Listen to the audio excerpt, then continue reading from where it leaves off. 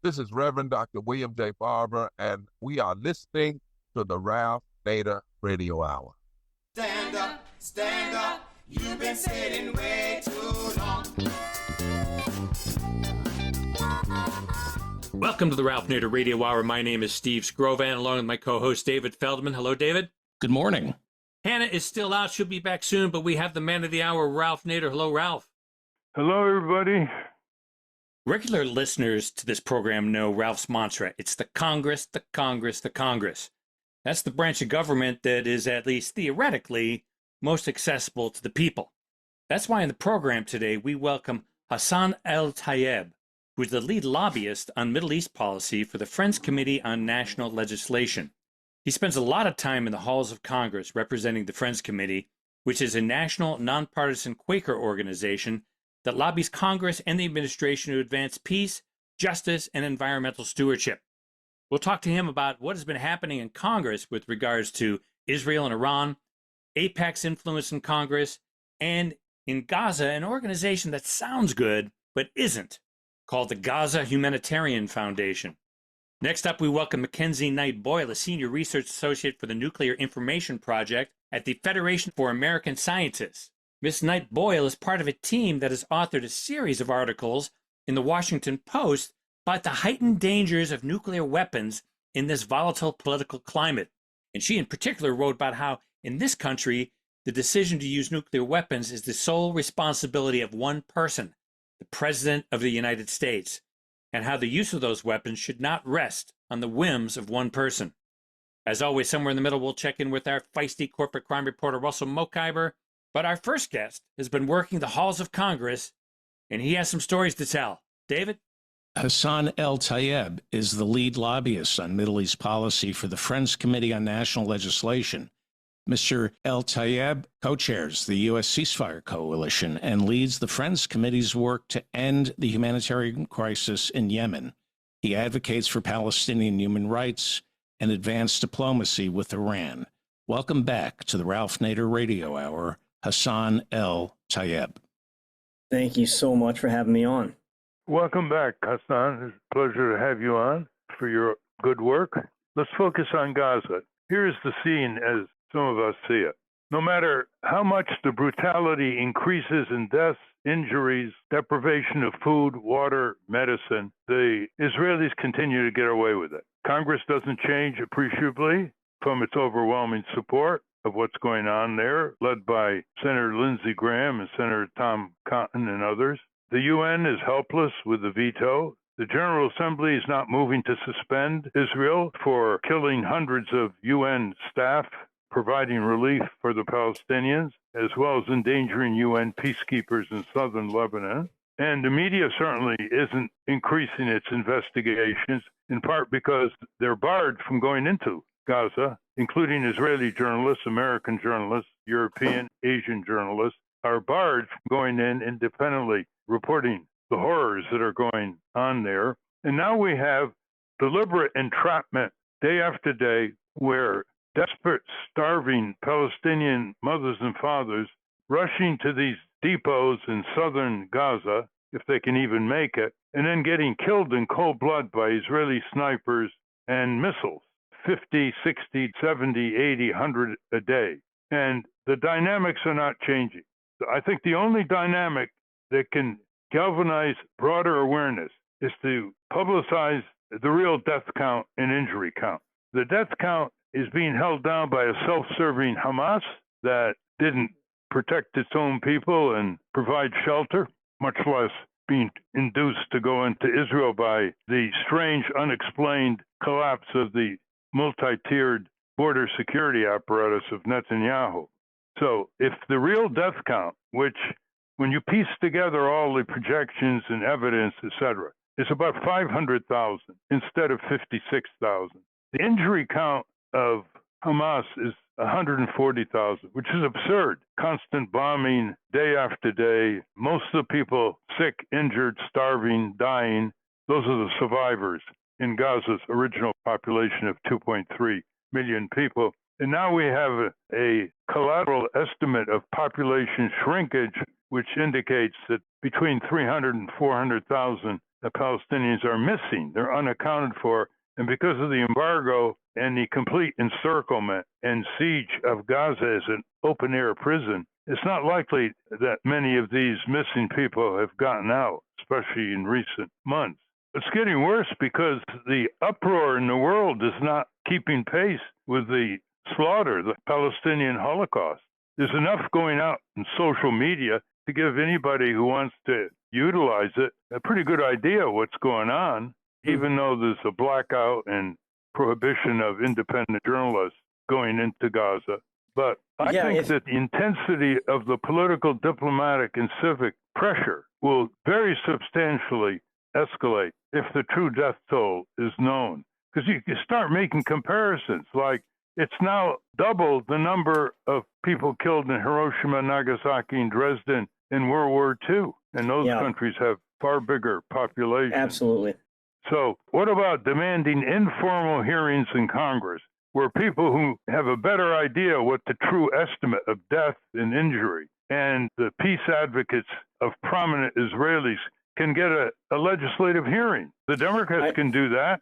They're called shadow hearings, and the press would cover it. What's your view on all this? You're up on the Hill a lot. Yeah, Ralph, I think it's a great idea, and we definitely need more attention on this issue. And it's something that I have raised with offices and would love to get more people calling for more journalist access into Gaza and to have more accurate reporting and to really lift up, again, when we lobby offices, we do bring up things like the Lancet study, which shows that the current numbers being spouted by officials is a woeful undercount. You mentioned something earlier that I think your listeners may want to know a little bit more about, if you don't mind. The Gaza Humanitarian Foundation. We're finding that a lot of Hill staff, a lot of media, they just don't really understand what is going on with this Gaza Humanitarian Foundation. Well, it's the new Israeli and U.S.-backed private mechanism created to really take over aid delivery in Gaza, bypass the United Nations, bypass the World Food Program and other groups. And it's led by military contractors, not humanitarian professionals. And it operates with impunity, Israeli government oversight, but again, without transparency, no accountability. And instead of restoring support to other aid agencies like World Food Program and UNRWA, again, puts control of the operations in Gaza into the hands of armed actors, and really just incredibly dangerous. A couple reasons why we think this is so dangerous. One, it militarizes aid, again, run by private armed contractors, and violates all these principles of neutrality, independence, impartiality. And we even saw the GHF's own executive director, Jake Wood, resign in protest in May, saying that he couldn't work in a way that didn't adhere to these humanitarian principles. Two, it fails to meet basic needs. So before the October 7 attacks, there were 400 aid sites in operation across Gaza. And to meet the basic needs of the population there, we needed at least 500 trucks per day. Now we've limited this to 4 aid distribution sites. We've got 3 near Rafah, 1 in the center of Gaza and near the Nitzarim corridor. And these hubs just can't meet the scale of need. So when they open them up and people are trying to get a small box of food to bring back to their families across the scorching heat across Gaza, they just get a small amount of what they need. It's thousands of starving people. Again, we've seen no aid really get in for months at this point, and just a trickle of what's really needed. And also, it doesn't address the other issues. Like right now, there's a crisis, lack of baby formula.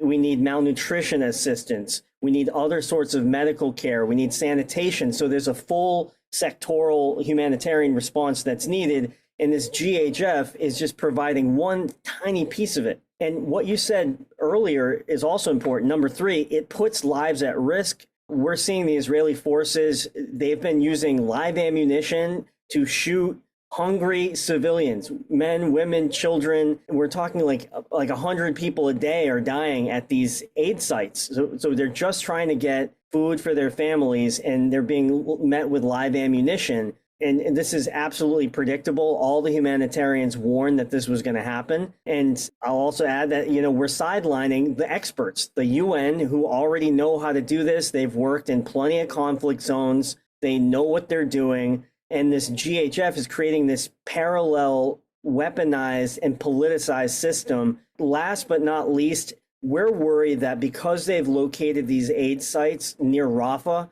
that it may support forced displacement. Again, next to the Egyptian border, we've already seen that they're trying to clear everybody out from the northern part of the Gaza Strip and push people further and further south to either die in the south or as a prelude to permanent expulsion from the Gaza Strip, a full ethnic cleansing. So this is really horrific, and we need to end this blockade now and allow for full humanitarian access immediately.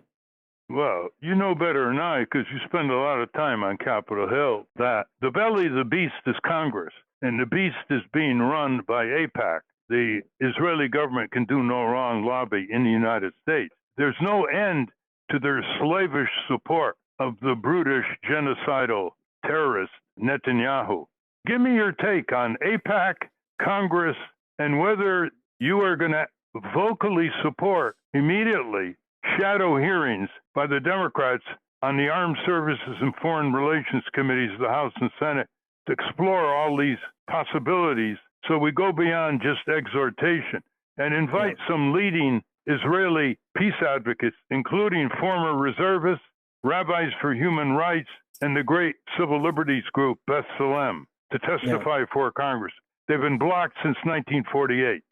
Yeah, Ralph, there's a lot there. One, what we know is that upholding international law means protecting all civilians, both Palestinians trapped under siege, Israeli hostages whose life depends on food, medicine getting through, and Congress and the administration. It's been unacceptable to see this all unfold over the past 20 months and for them to not put real limits, put measures of accountability in place to make sure that at the very least U.S. weapons aren't being used for war crimes in Gaza. You know, I will say that there are, more and more members that are speaking out. We are seeing more of a wedge, but it's not enough to really shift the politics. This is a very stuck issue. And again, we need to do more. I love your idea of the shadow hearing. We are talking to some offices right now to get a special order hour on the blockade and the Gaza Humanitarian Foundation. So we'll have, hopefully, if this happens, again,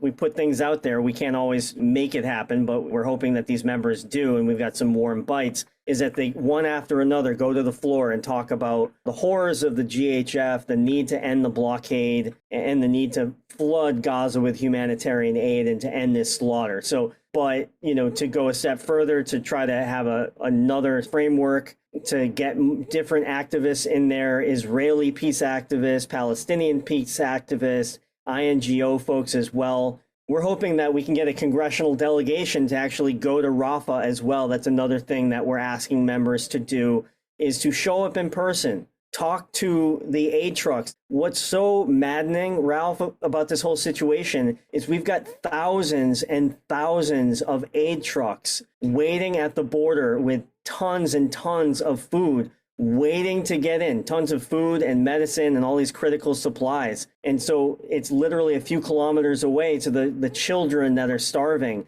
And right now, 100% of Gaza is at risk of famine. We've got tens of thousands of children that are suffering from malnutrition and that don't really have any more time. So again, policymakers, we got to get them to push for an immediate lasting ceasefire, the release of hostages, the protection of aid workers, allowing journalists in. And they need to be prepared to use meaningful pieces of U.S. leverage, including halting the transfer of offensive weapons, to ensure all of this happens quickly. We've seen a few votes and debates. Those were historic. We saw a vote in November led by Senator Sanders. This is a joint resolution of disapproval to block certain weapon sales, joint direct attack munitions, and small diameter bombs to Israel. That got 19 votes. We did see a dip in support. There was another vote in April 2025 that got 15 votes. We're hoping to get another bite at the apple. And if there is time today, would love to chat about the incoming vote that we have probably in the next 48 hours to invoke the War Powers Act of 1973 and to vote on unauthorized participation in offensive strikes against Iran as well, because this thing continues to keep spiraling. And at the bottom line, what we've said from the beginning is that if we don't get this peace deal in Gaza, if we don't reach a ceasefire, that we're just going to see more and more regional escalation. And unfortunately, we've been proven right. We're seeing escalations in Lebanon, Syria, Yemen, and Iran, and it could go even further. So it's critical that we do everything we can to end this as soon as possible. Well, Bruce Fein, who's our expert on international and constitutional law, would differ with you on the war resolution. He says it's useless. No president has recognized its constitutionality, and it's really unenforceable. It'll end up in the courts forever in terms of being delayed. The real sanction, Hassan, is impeachment. That's the only tool left, impeaching Trump and removing him from office. And it has to start somewhere. And Bruce has drafted 22 impeachment articles, which are available for any member of the House to introduce and get the ball rolling. Now, to give you an idea of what it was like in 2007, you may not know this, then Senator and presidential candidate Joe Biden was on the Chris Matthews show. And he said in 2007, he was running for president, if George W. Bush took the country to war against Iran, quote, unless there's proof that we were about to be attacked, end quote, then he, Joe Biden, quote, would move to impeach him. The House obviously has to do that, Biden continued, but I, Joe Biden, would lead an effort to impeach him, end quote. So what does Trump do? He attacks Iran without a declaration of war. There is no imminent peril to the U.S. from Iran, quite obviously. And Joe Biden remained silent in 2025. So did Bill Clinton. So did Barack Obama. So we're dealing here with something that you and others on Capitol Hill from the outside have got to generate. It's not going to come from the inside. You've got to get these shadow hearings. They can get into a committee room. They can get great witnesses from Israel and Palestine, as well as the United States. The press will love it because they don't have much exciting to report in Congress these days. Yeah. And you get good media. I recommended this to you months ago when you were on the show. You liked the idea. Tell me why it hasn't happened. Okay, there's a lot there, as usual. I'm going to have to go back and address a couple things that you mentioned earlier. Bruce Fein, tremendous respect for his work. I will push back, though. I think the War Powers Resolution is a really important tool, and it should not be dismissed. I'm just going to give one piece of evidence and one example that I think it's important for your listeners to understand. In 2018, we saw Senators Sanders, Mike Lee, and Chris Murphy. They made history by passing a Yemen War Powers Resolution in the Senate. And this was regarding U.S. military involvement in the Saudi-led coalition's war in Yemen. It was the first time in 50 years that this thing had passed. The advocacy effort really mobilized hundreds of thousands of activists all over the country. It was my first start in a lot of this peace advocacy work. I don't know if you knew this, I was a full-time musician beforehand, but I threw a tie on and went to Capitol Hill to see if I could make a little peace in the world. That single passage, the Trump administration didn't even sign it. Again, just passed through the Senate. Trump unilaterally ended in-flight refueling for Saudi bombers over Yemen. That was his own decision. It spurred a reduction in cross-border attacks by the Saudis and the Houthis. It led to the Hodeidah ceasefire, which some experts say may have saved a few 100,000 lives because that's the main humanitarian access point in northern Yemen. And it really revived negotiations between the warring parties and got the UAE to draw down its military forces in Yemen. So just having the ability for members to force votes and debates on these issues is incredibly powerful and can impact the diplomatic process in ways that we might not always see. Hassan, you make a fair point on the Yemen comparison. I think what Bruce was saying that Trump could shrug it off the way prior presidents shrug it off. Yeah. It's a political position that is not insignificant, telling the president that Congress has got a pulse and is waking up. But we can't forego the impeachment drive and building a momentum for that. You'll be pleased to know just on the, and you know, I don't disagree with largely a lot of the sentiments that Bruce is sharing on this issue. I'm just providing a little like real world context. But overall, Congress, they need to reassert themselves on this matter, and they have a lot of tools that they're not using. So agree with that. You'll be pleased to know that Al Green, just this past week, literally, I think Tuesday, did file articles of impeachment against President Trump over the Iran strikes for being unauthorized. That is a privileged resolution. I don't know when it's coming to the floor or if he plans to pursue that. But I did want to add that context as well, as it does seem others agree with that position and are taking some steps towards it. Good point on that. That wasn't reported in the Times or Post. Yeah, but, luckily you got someone who kind of nerds out on C-SPAN, so I pick up a couple things that the Post might not. For sure. Before we go to Steve and David, can you just tell our listeners who want to help out and support food for starving Gazas what the American Friends Committee is asking people to do? In a half-page ad in the Washington Post recently, they provided a website. Can you explain and give the website for people who want to help? Yeah, absolutely. So AFSC.org, they are trying to bring attention and press lawmakers to immediately push for Gaza aid access, end the blockade, flood Gaza with humanitarian assistance. I would highly encourage people check out our sister Quaker organization, AFSC.org.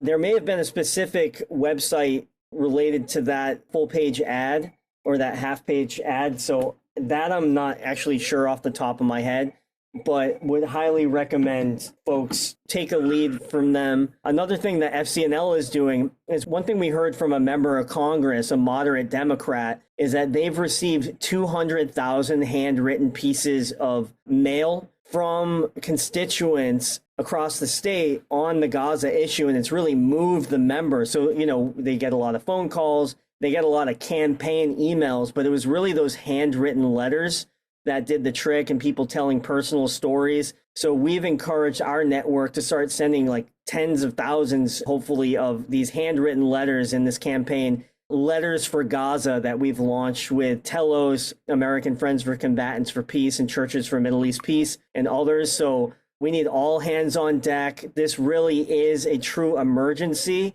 And we need to do more, obviously, to address this horrific situation. We need to do more just to maintain our own humanity right now, because this is absolutely horrific. As you say, Holocaust proportions, the amount of people that have lost their lives in this conflict. And it's time for the American people to step up and do a lot more.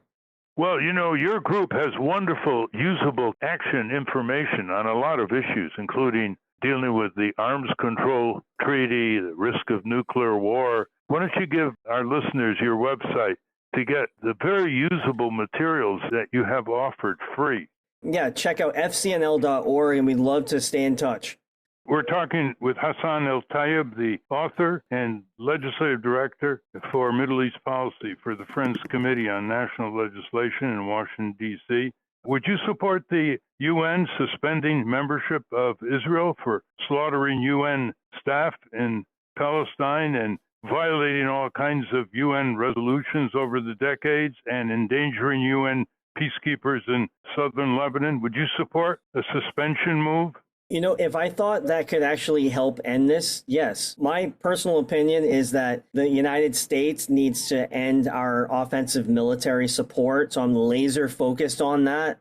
And especially, being a constituent of U.S. senators, living here, lobbying here, that's where I'm putting my attention, because I think that's the biggest piece of leverage that we haven't applied yet. Listeners want to know what Hassan El-Tayyeb's group, the Friends Committee on National Legislation, are demanding right now. 1, end the blockade. Humanitarian organizations must be allowed to operate with full access and independence. 2, restore U.S. funding to UNRWA, the UN relief organization, and other trusted agencies. 3, reject all militarized aid schemes, which are now death traps in southern Gaza for innocent people rushing to get food and being shot down in cold blood by the Israeli snipers and artillery. And 4, demand an immediate ceasefire to end the suffering, stop the killing. Thank you very much, Hassan. Keep doing what you're doing, but let's watch you deliver shadow hearings on these subjects by the Democrats on Capitol Hill. Nothing can stop them from doing that. And get some of those Israeli and Palestinian prominent peace advocates over here to testify in defiance of AIPAC. Ralph, Thank you so much. I will take all the things that you shared with me to heart and do what I can, and glad to be in this with you. Thank you. We've been speaking to Hassan El-Tayyeb. We will link to his work for the Friends Committee on National Legislation at ralphnaderradiohour.com. As is our habit, we're going to take a short break. And when we come back, we ask the question, should use of the nuclear football be the sole responsibility of one person? But first, let's check in with our corporate crime reporter, Russell Mokhiber. From the National Press Building in Washington, D.C., this is your Corporate Crime Reporter Morning Minute for Friday, July 4, 2025. I'm Russell Mokhiber. Southern California Edison will pay $82.5 million to resolve claims on behalf of the U.S. Forest Service to recoup costs and damages associated with the 2020 Bobcat fire in Angeles National Forest.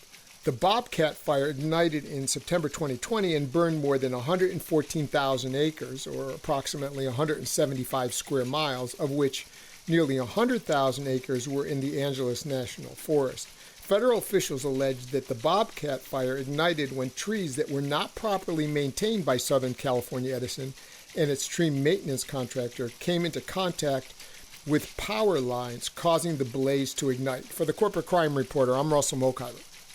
Thank you, Russell. Welcome back to the Ralph Nader Radio Hour. I'm Steve Scrovan, along with David Feldman and Ralph. Our next guest says, 3 minutes, a football, and a biscuit. These are all a president of the United States needs to start nuclear war. David? Mackenzie Knight Boyle is a senior research associate for the Nuclear Information Project at the Federation of American Scientists, where she co-authors the Nuclear Notebook, an authoritative open-source estimate of global nuclear forces and trends. Welcome to the Ralph Nader Radio Hour, Mackenzie Knight Boyle. Hi, thanks so much for having me. Thank you, Mackenzie. Well, listeners, you're going to hear about a subject matter that most people don't want to think about because it's so much associated with Armageddon, and that is nuclear bomb warfare. The Federation of American Scientists somehow was invited or persuaded the Washington Post to publish 3 articles on nuclear weapons. And we're going to talk in a little more detail about the one authored by our guest right now, Mackenzie Knight Boyle. But I want to give her a chance to describe the Federation of American Scientists and what it's done over the years, because you're not likely to see a profile of the Federation of American Scientists in American major newspapers anytime soon. What is the Federation of American Scientists, and what have they done over the years? Yeah, thanks for asking, Ralph. So the Federation of American Scientists has a really interesting and awesome history. We've actually been around since 1945, and we were founded by scientists who had been involved in the Manhattan Project, which was the secret government project in the United States to build the world's first nuclear bombs. And after the nuclear weapon was created, this group of scientists realized that they wanted their scientific expertise to be used for public good and to advocate for peace and not to be lent towards creating these weapons of mass destruction. So they founded the Federation of American Scientists to advocate for science-based, evidence-based policy to influence global peace and security issues. And so we've actually been around for quite a long time. And my team, specifically the Nuclear Information Project, has been the leading global organization tracking the world's nuclear arsenals for many decades. And we've been publishing the nuclear notebooks that were mentioned since the late 80s. And now the Federation of American Scientists actually works on quite a few separate issues, including climate change and wildfires. But our Nuclear Information Project has been going strong for quite a while. Well, your articles in the Washington Post need wider publicity. Could you just describe briefly the first 2 before we get into your article, which covers the issue? Why should one person be able to make the decision, the president, to unleash a nuclear bomb anywhere in the world? What were the first 2 articles about? So these articles are part of actually an ongoing series that we're doing with the Washington Post called The Next Nuclear Age. We had a 4th one come out today, and there'll be another next week. But the first one was really an introduction to the current nuclear problem. And so the main message of this piece is essentially that people need to be caring about nuclear weapons right now. Nuclear weapons in the United States have predominantly been a relic of the Cold War. They're taught in school, if at all, as part of the World War II curriculum, as something that happened in the past and was a threat during the Cold War, but not really something that's talked about as a current ongoing problem. And so the focus of this first piece, which is why we should worry about nuclear weapons again, is exactly that, detailing the current threat today posed by the 9 nuclear weapon states around the world. And that piece goes through all of the different ways in which the nuclear security situation today is so much riskier and more complicated than it ever has been. The second piece is on how nuclear war could start. So that piece looks into a few different examples of times when nuclear war has almost happened throughout history, really near misses, and discusses how easily nuclear war could be sparked by such a seemingly small mistake. And then my piece, the third, on the president's sole authority to launch nuclear weapons. We'll get into that, obviously. But the overarching theme of this series is how nuclear armed states and their allies and potential nuclear proliferators around the world are compounding the nuclear risk situation today. And we're facing a really uncertain and scary situation. Now let's get to your article, which had a chilling quote attributed to Richard Nixon when he was meeting with members of Congress. He said in 1974, quote, "I can go into my office, pick up the telephone, and in 25 minutes, 70 million people will be dead," end quote. And you write, he was correct. And since then, despite the end of the Cold War and collapse of the Soviet Union, little has changed, end quote. Except that we have an emotionally unstable and dangerous president now in the White House. Nixon was known to be inebriated in the White House at times, but Trump is known to engage in fantasies, prevarications, and to be very emotionally vulnerable to any kind of perceived challenge verbally from abroad by a leader. Tell us about your article, and make sure you tell us about what is known as the football.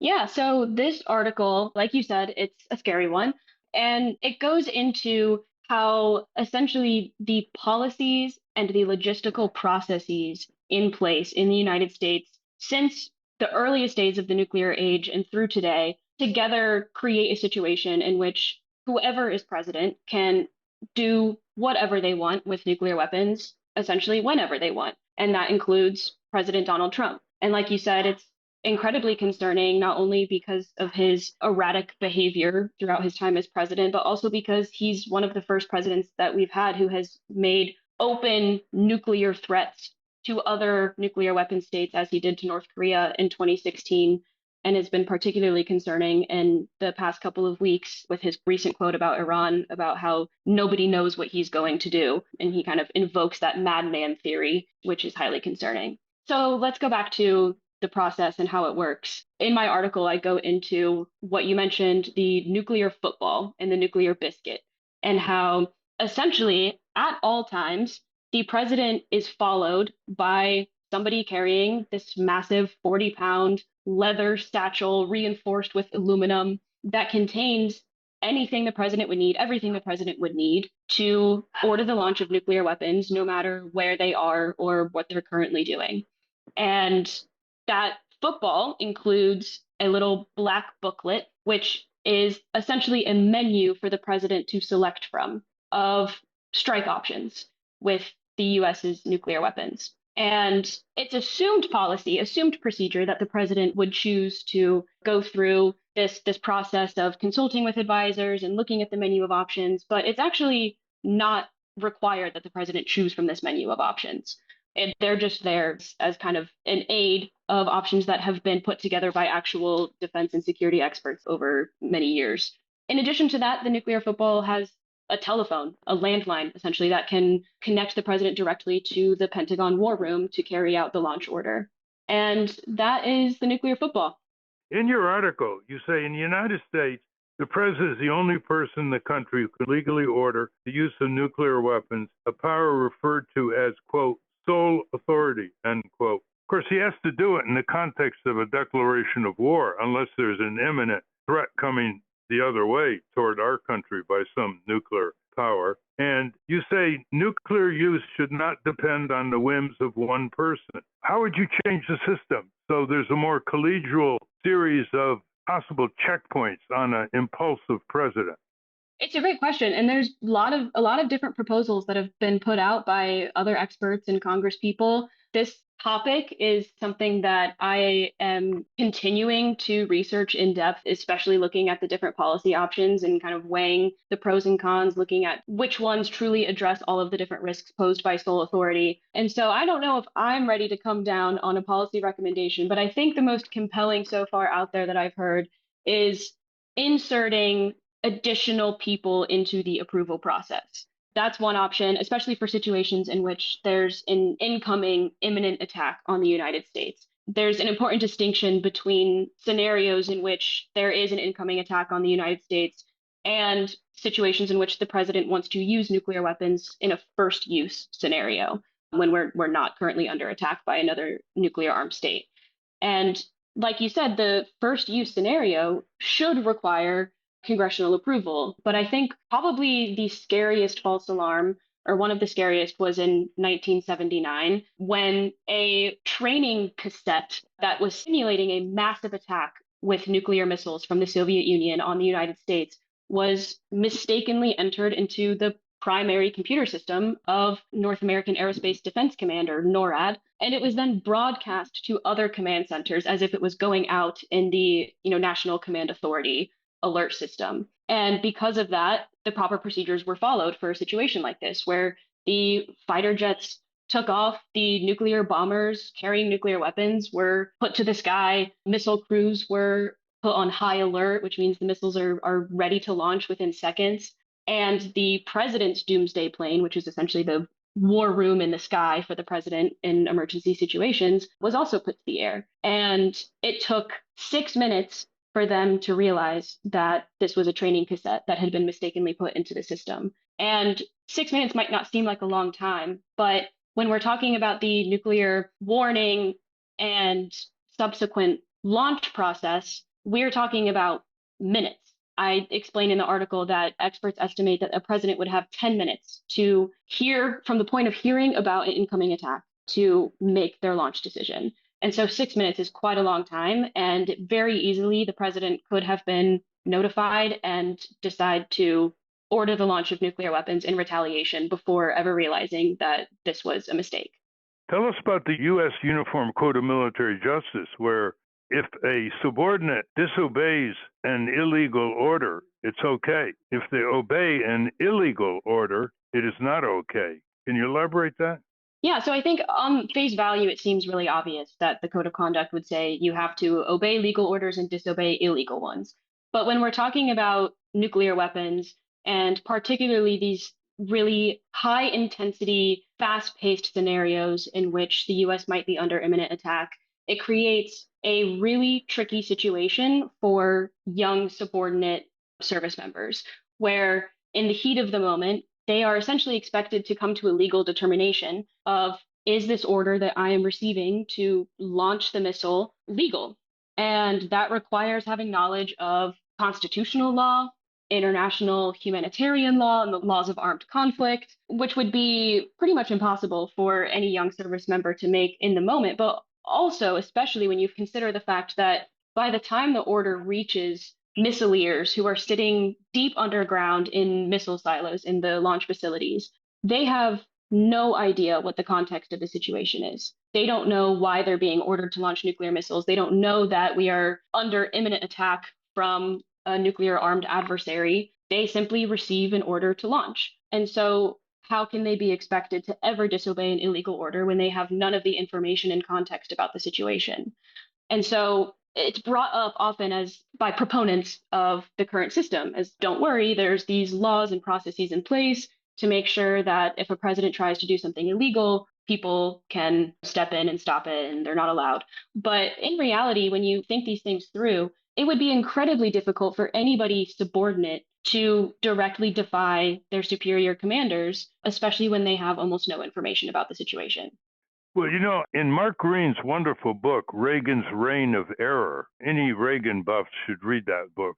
Mark quoted Reagan accurately as saying, once nuclear missiles are launched, they can always be recalled. Those are about almost the exact words. Now, with people watching these interceptors, attacking Iranian missiles in midair. Is it possible to intercept an intercontinental ballistic missile and blow it up in the stratosphere before it lands in a city or an area in the United States?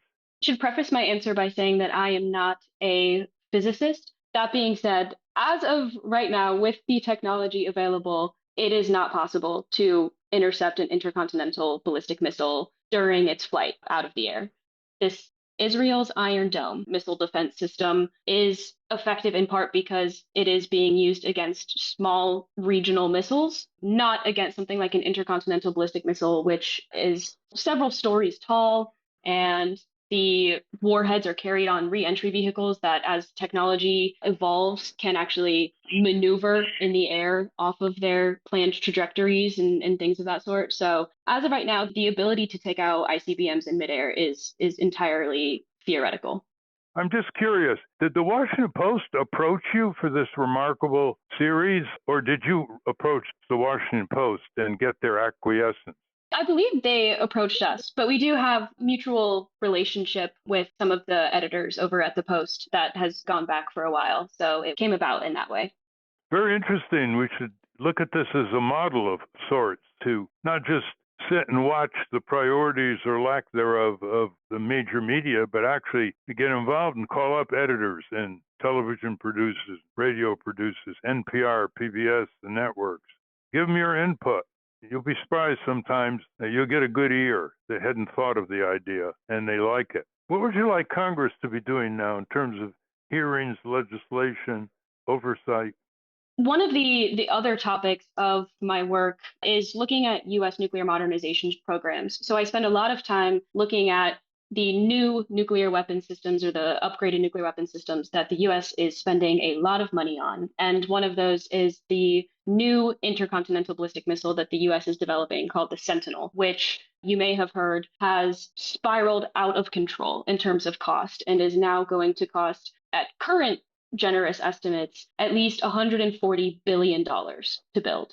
And the entire U.S. nuclear modernization program of all of the different systems that the U.S. is currently trying to develop is going to cost $2 trillion over the next 30 years. And so what I would like Congress to do is actually do oversight over these nuclear modernization programs to determine why we need to be spending this amount of money on new nuclear systems that in many cases are unnecessary, or the program is failing. In the case of Sentinel, it's facing numerous issues and may not even be possible to carry out at this point, despite it costing $140 billion. And so increased oversight by Congress is absolutely necessary. They need to do their due diligence to hold the Pentagon accountable, because otherwise, as it's been happening for decades, the Pentagon essentially has a blank check to spend as much money as it wants on new nuclear systems. And now that is happening in a context in which we are facing a new arms race as China increases its nuclear arsenal. And who knows what Trump is going to do in response to the Iran situation. And if Congress doesn't do proper oversight over U.S. nuclear programs, I'm worried it's going to spiral out of control, and the Defense Department is going to spend limitless amounts of money on new nuclear systems that aren't necessary and make us all more unsafe. Mackenzie, before we conclude, I want to get your take on the arms control treaty situation with the Soviet Union and now Russia. Some of these have been suspended, one by Trump unilaterally. The SALT treaty is up for either extension or renegotiation. Can you give us a plain English state of affairs here? Because these treaties worked in the past, certainly to cut dramatically the number of nuclear warheads by the U.S. and the Soviet Union under mutual inspectors. Right. Arms control has been incredibly effective. At the height of the Cold War, we had over 70,000 nuclear weapons total, and now we have 12,000. So arms control has been incredibly effective. And the current situation with arms control is quite bleak, unfortunately. The Cliff Notes is that it's not looking good. There is one arms control agreement still in existence between two of the world's nuclear powers, and that is the New START, the New Strategic Arms Reduction Treaty between the United States and Russia. And unfortunately, New START expires in February of 2026, so just in a handful of months. And it was already extended. And per the language of the treaty, it can't be extended further. So in February of 2026, New START will expire. And for the first time in over half a century, the world will have zero arms control agreements existing, limiting the nuclear arsenals of the global nuclear powers. Can you, before you leave, Mackenzie, give slowly the Federation of American Scientists website so people can get more information about what you all are doing? Everybody should go to FAS.org. It's short and sweet. So just FAS for the Federation of American Scientists.org. Thank you very much, Mackenzie Knight Boyle of the Federation of American Scientists. And I urge our listeners to read these articles in the Washington Post and spread the word. It only took a few tens of thousands of people back during the Reagan administration marching in Washington, marching in New York, and lobbying Congress to get some of these arms control agreements ratified. So don't lose hope. Your predecessors didn't, and you shouldn't. Thank you very much, Mackenzie. Thank you so much, Ralph. Stand up, stand up. The Supreme Court ended its term with an accumulation of more troubling decisions.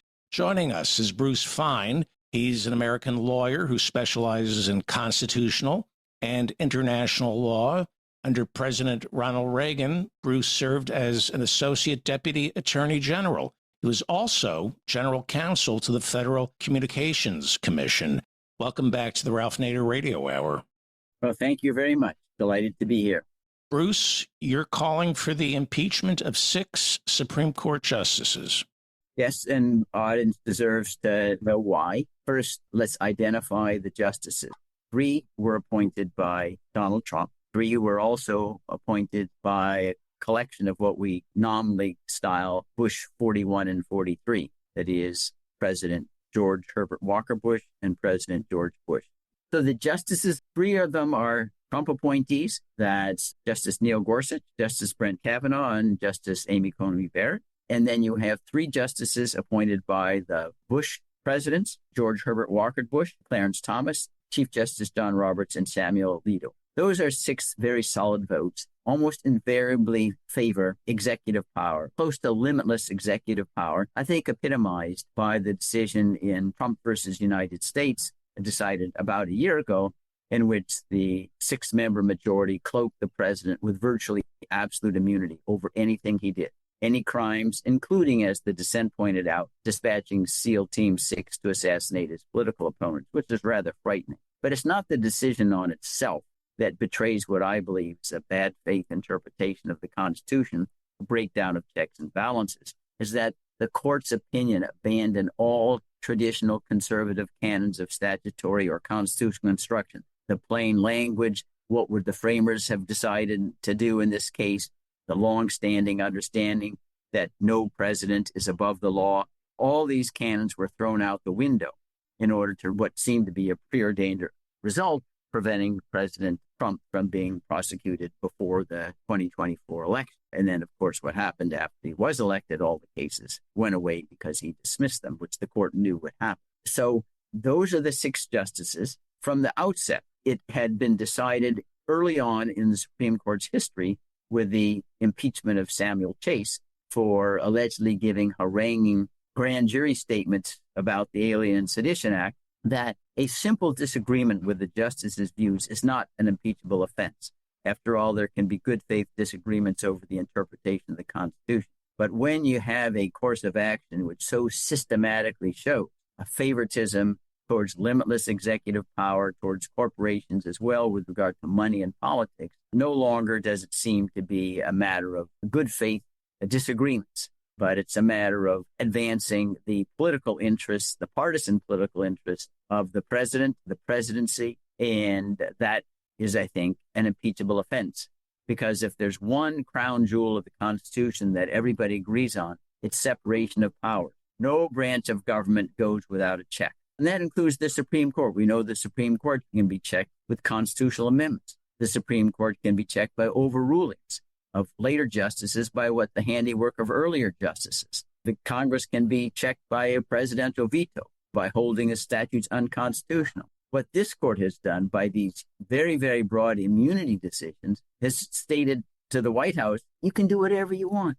And at best, maybe we can wrap your knuckle, but you can continue down this unconstitutional path for a very great period of time. Now, the most recent decision, which came at the last day of the term of this court on June 27th, the court addressed what virtually everyone believes is a flagrantly unconstitutional executive order. Birthright citizenship denied by a presidential stroke of the pen to anyone born in the United States and subject to its laws, but whose parents were not legal, either because they weren't citizens or not permanent resident aliens. Remember, this case is decided under Section 1 of the 14th Amendment. After 157 years elapsed, no one even conceived that this interpretation was valid. It ranks with the argument that Mr. Trump's lawyers were making in 2020, that under the 12th Amendment, the vice president gets to choose who wins the election. Like Vice President Gore could have decided the outcome of the 2000 election between Mr. Bush and Mr. Gore, meaning the judge in his own case. And of course, even the Trump lawyers said, if this case got to the Supreme Court, we would lose 9-0. So notwithstanding the fact that this idea that Section 1 can be given this very Pickwickian, if you're not cramped interpretation that no one had foreseen in 157 years, the president goes forward. Every single court that addresses it, lesser than the Supreme Court, holds it flagrantly unconstitutional. And when it gets to the Supreme Court, the issue is no longer whether the executive order is constitutional, but whether it can protect anybody but the named parties to the case.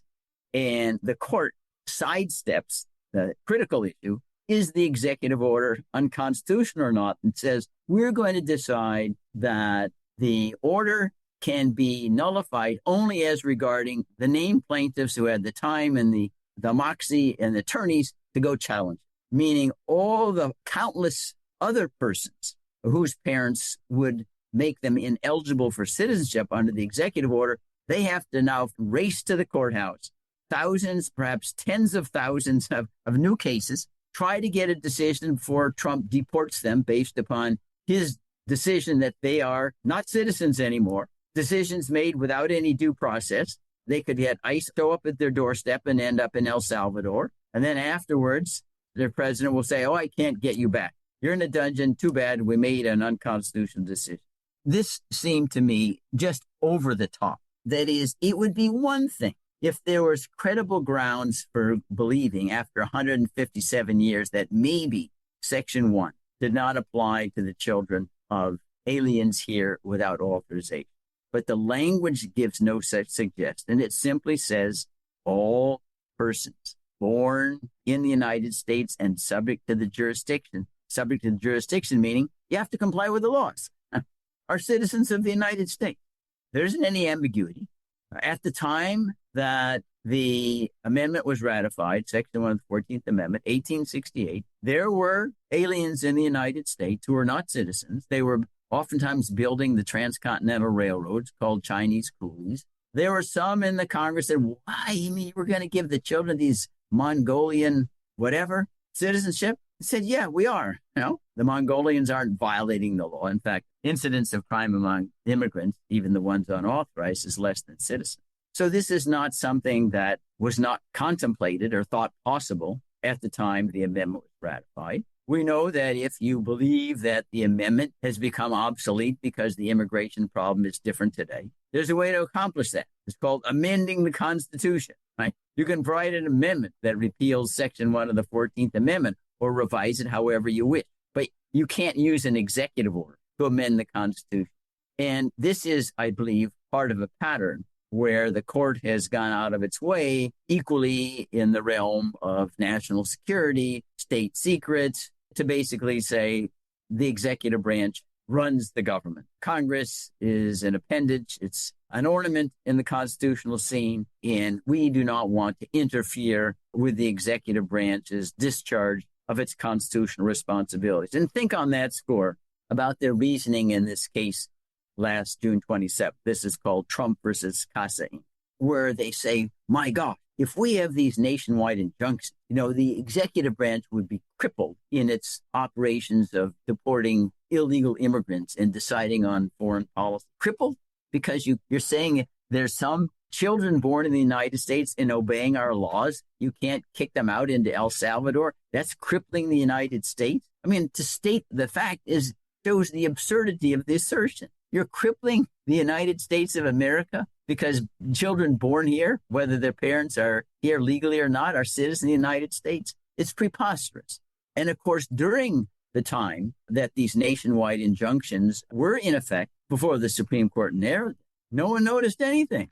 Where was the sky falling? Was the United States crumbling because you had these nationwide injunctions?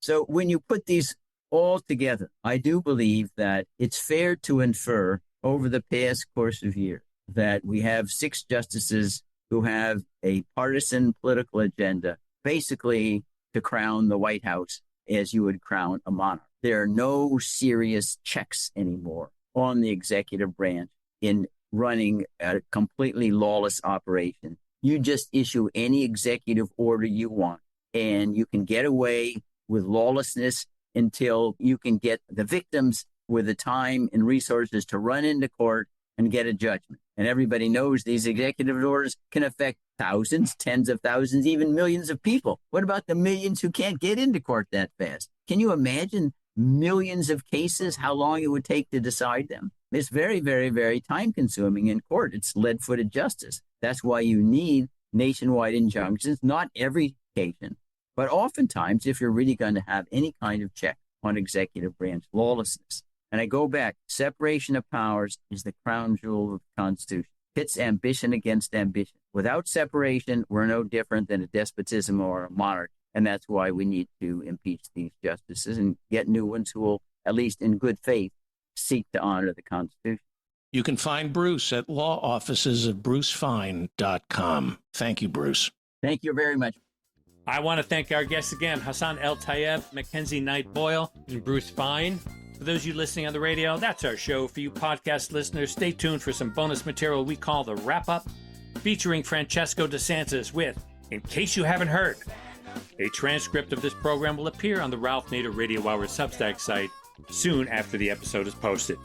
To order your copy of the Capitol Hill Citizen, Democracy Dies in Broad Daylight, it's at capitolhillcitizen.com. And remember to continue the conversation after each show. Go to the comments section at ralphnaderradiohour.com and post a comment or question on this week's episode. Join us next week on the Ralph Nader Radio Hour. Thank you, Ralph. Thank you, everybody. Say you're just one person, and who will hear your voice?